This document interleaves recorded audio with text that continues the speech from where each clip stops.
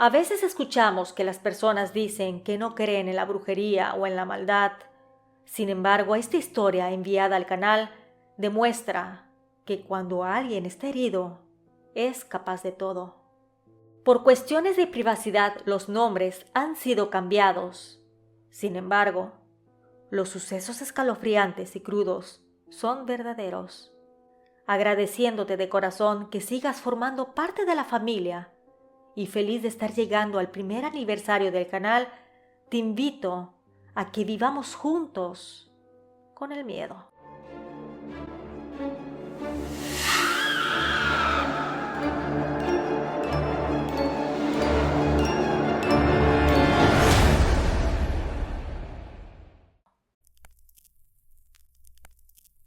Viviendo con el miedo presenta Irreversible. Relato de brujería basado en hechos reales. Se recomienda discreción. Quiero dar inicio diciendo que yo no nací en México, soy de Alemania. Ahí trabajaba en una compañía que tenía contratos con una empresa mexicana y fue por esa razón que conocí a Damián. Él era gerente de importaciones y exportaciones, razón por la cual empezamos a tener mucha comunicación, ya que yo era la encargada de ver algunos asuntos por este hecho. Viajé en varias ocasiones por trabajo a este hermoso país y Damián viajó varias veces a Alemania. Lo curioso del caso es que a pesar de estar muy, pero muy lejos, empezamos a tener una relación amorosa a distancia. Y esta fue tan fuerte que a los 6 meses de haberla iniciado, él me pidió matrimonio. Honestamente acepté, ya que me había enamorado. Yo jamás había conocido a un hombre tan amable y cariñoso como Damián, y eso hizo que diera el brinco de fe. Cuando contrajimos nupcias, decidimos que vendría a vivir a México. Sin embargo, tuve que renunciar a mi empleo, ya que en aquel entonces no estaban tan acostumbradas las empresas a laborar de manera remota, por lo que tuve que dejar aquel trabajo que amaba, con tal de seguir a alguien que amaba aún más. Al llegar a vivir a México, Damián y yo nos casamos por las leyes de este país, además de las leyes de la Iglesia Católica, puesto que él es creyente, y a pesar de que yo era atea, di el sí ante el altar. Posteriormente, inicié los trámites para poder trabajar en suelo mexicano. Gracias a mi preparación, logré obtener un buen empleo. En aquel entonces vivíamos en la capital, pero viajaba a varias ciudades cercanas por la naturaleza del trabajo. Y yo, que siempre he sido independiente, me era fácil tomar el automóvil de la compañía y manejar por carretera. Y fue en uno de esos viajes donde mi experiencia se llevó a cabo. Y disculpa mi expresión, esa maldita vivencia que he querido olvidar desde el día en que me sucedió. Me pidieron que fuera a auditar unas oficinas cercanas, tal vez unas 3 o 4 horas manejando en auto, por lo que salí de madrugada para llegar temprano al lugar. Cuando arribé, empezamos todo el proceso. Sin embargo, fue tan extenso que decidí quedarme más tarde para tratar de terminar el trabajo junto con las personas involucradas. Cuando dio las 11:30 de la noche, terminé mis labores. Entonces les dije a las personas que tenía que regresarme a la capital para llegar a la casa. Ellos me dijeron que mejor me quedara en un hotel y que regresara al día siguiente. Sin embargo, les dije que me sentía bien y que era mejor que regresara aunque llegara de madrugada. Pasé a una cafetería para comprarme algo para comer en el camino y me marché de regreso a mi ciudad. Era el mes de diciembre, mes donde se pueden ver a muchos peregrinos en la carretera que van a cumplir su promesa de visitar a la Virgen de Guadalupe, por lo que era muy común ver a personas, ya sea caminando, corriendo o en bicicleta. Alrededor de la 1:30 de la madrugada, me empecé a sentir muy cansada. Sentía que mis párpados se cerraban. Por lo que me estacioné en un pequeño restaurante para comprar un café y que eso me ayudara a evitar que me durmiera. Así que me subí al auto con el café en mano para poder seguir mi camino. Sin embargo, a pesar de mis esfuerzos, en un momento cabeceé y cuando me di cuenta, estaba fuera del camino. No había vehículo en el carril contrario que pudiera embestirme, pero lo que sí habían eran varios peregrinos caminando. Cuando ellos se dieron cuenta de que me aproximaba, trataron de huir, pero 3 personas fueron arrolladas por mi automóvil. Desgraciadamente, no pude controlar el carro, por lo que seguí en movimiento hasta que me estrellé de frente con un árbol. Llegaron varias ambulancias y la Policía Federal. Yo no tenía conocimiento alguno hasta que abrí los ojos en el hospital. Ahí vi a mi esposo y le pregunté que qué había sucedido. Él me contó lo que había pasado según los testigos. Entonces yo le cuestioné acerca de los peregrinos. Él me dijo que de las 8 personas que estaban caminando, a 3 arrollé, pero 2 perdieron la vida. Era una mujer de tercera edad y un hombre de unos 35 años aproximadamente. Se movilizaron los abogados para tratar de apoyar a las familias de los fallecidos y también tratar de ayudarme para no ir presa, ya que fue un accidente, puesto que no había bebido ni consumido alguna sustancia ilícita. Sin embargo, por la magnitud de la situación, ellos también me hicieron varios análisis y se determinó que lo que sufrí fue un desmayo. Arrojaron aquellos estudios que yo padecía una enfermedad. Se llama disautonomía, que es una falla del sistema nervioso central autónomo, la cual se encarga de regular funciones vitales como la respiración y el funcionamiento del sistema gastrointestinal, y tiene varios síntomas, como taquicardia, mareo, debilidad, visión borrosa y desmayos. Así que con esas bases decidieron las autoridades que fue un accidente. Sin embargo, ese hecho me sigue atormentando hasta el día de hoy. Salí a los pocos días del hospital, pero antes, una pareja de ancianos fue a verme. Ellos decían que eran los padres de la señora que atropellé, que querían reclamarme el hecho de que había asesinado a su hija. Yo les dije que fue un accidente y que me sentía muy mal por la situación. Sin embargo, aquella mujer empezó a amenazarme, a decirme que no sabía con quién me había metido y que harían que mi vida fuera un infierno. Yo les comenté de mi padecimiento. Entonces el hombre me dijo que eso no les importaba, que lo que había hecho era irreversible y que ellos lo único que deseaban era venganza.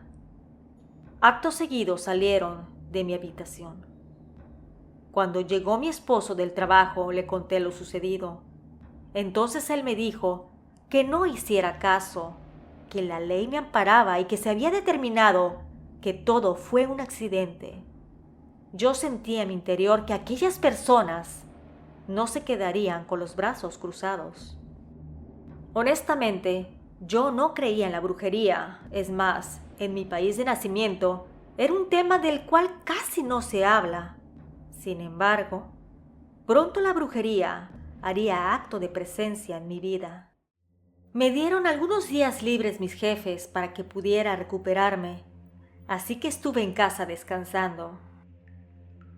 Como no tenía hijos, estaba sola. Bueno, me acompañaba únicamente un perro que rescaté recién había llegado a este país. Y recuerdo que una mañana Damián salió temprano para su trabajo y yo me quedé en cama. Cuando me levanté a las 9 de la mañana aproximadamente, fui a la cocina para desayunar algo. Entonces escuché unas voces que provenían de la calle. Se escuchaba como si varias personas estuvieran ahí reunidas. Cuando me asomé, ya no había nadie, pero de lo que sí me pude percatar era de que había una bolsa negra, de esas bolsas que se usan para vertir la basura. Estaba justo enfrente de mi entrada.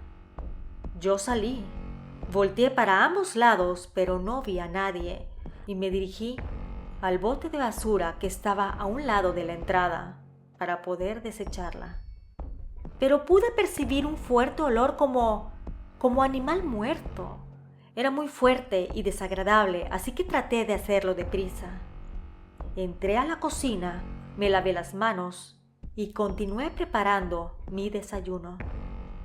Ese mismo día, como a las 8 de la noche, escuché que alguien aventó algo a la puerta de la entrada, algo que se rompió en pedazos.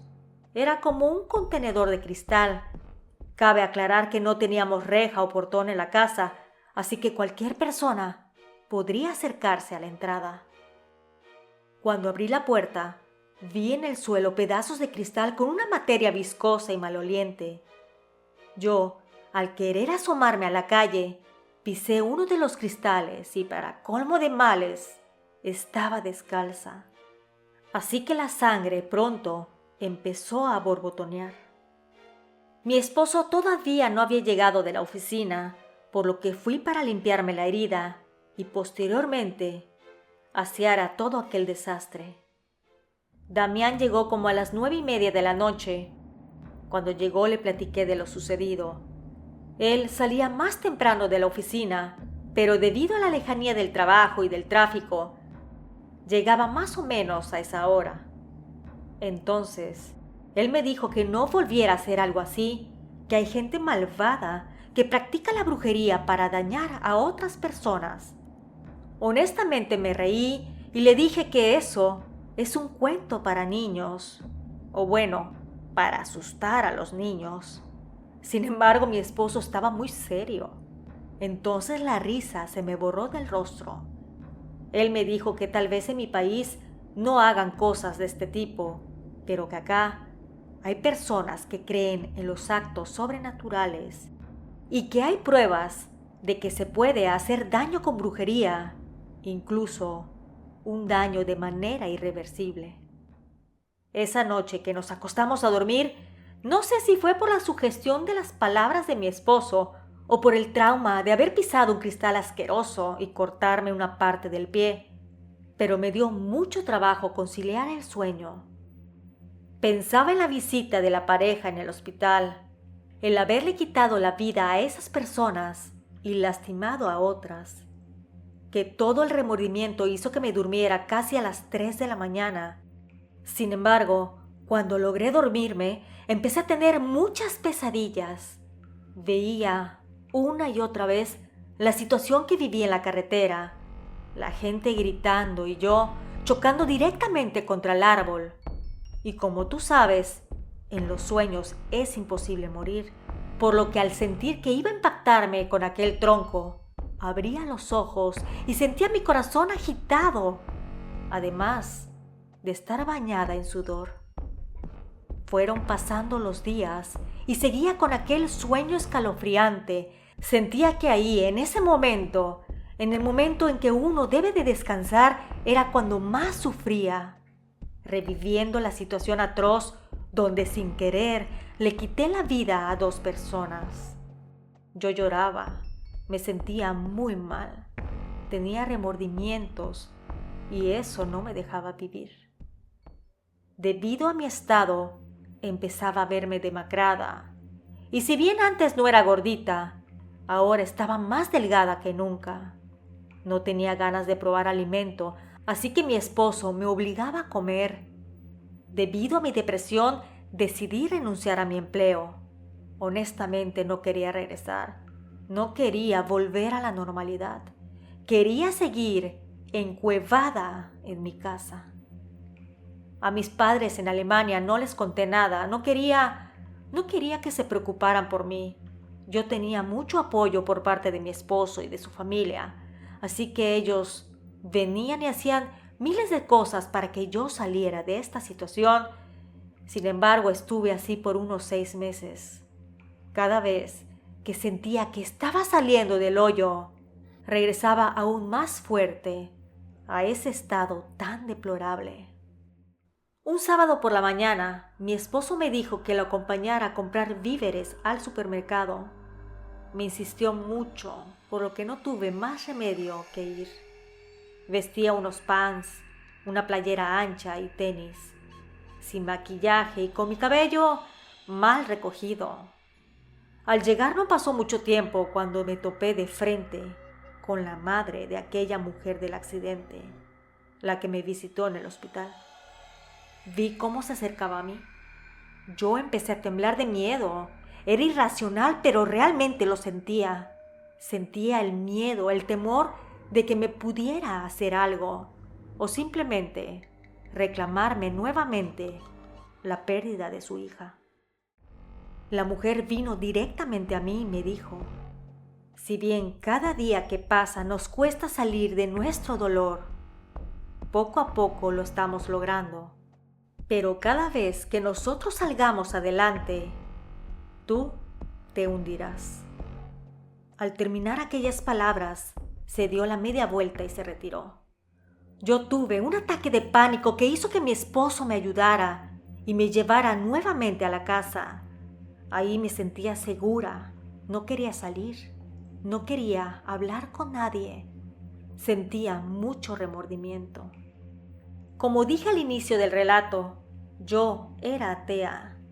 Si bien me casé por la iglesia con mi esposo, era para hacerlo feliz a él y a su familia. Sin embargo, llegó un momento en que no pude más y le pedí a su Dios que me ayudara.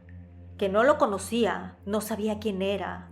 Sin embargo, estaba dispuesta a darle una oportunidad.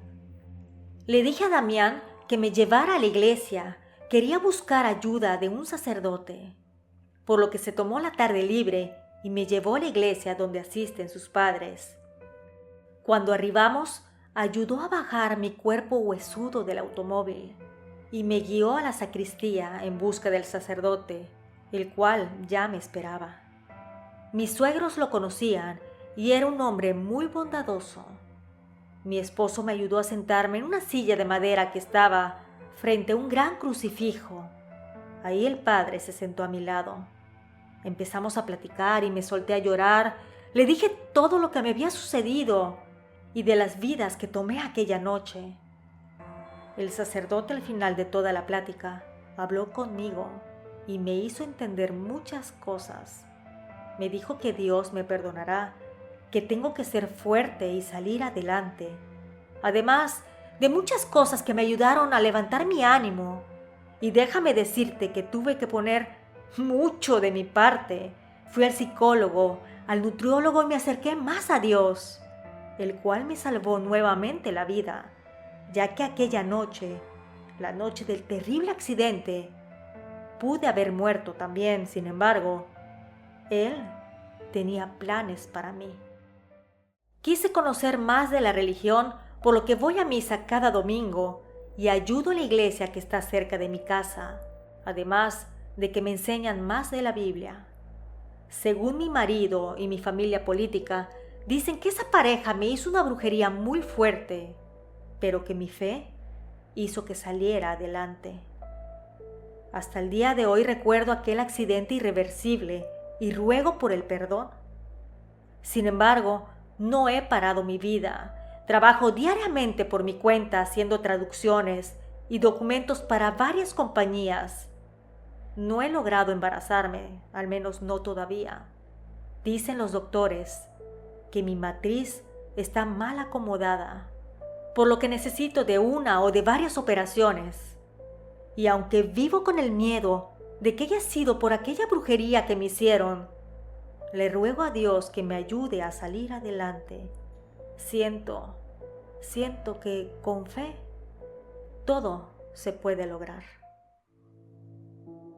Gracias a la suscriptora por la confianza. Ojalá que este relato te haya agradado y te deje la esperanza de que aunque todo se ve en penumbras, siempre hay una pequeña luz en el camino. Si escuchas mis relatos continuamente y todavía no te has suscrito, anímate. No te quedes fuera y forma parte de la familia para que te siga contando más historias originales. Nos escuchamos pronto. ¿Y tú? ¿Vives con el miedo?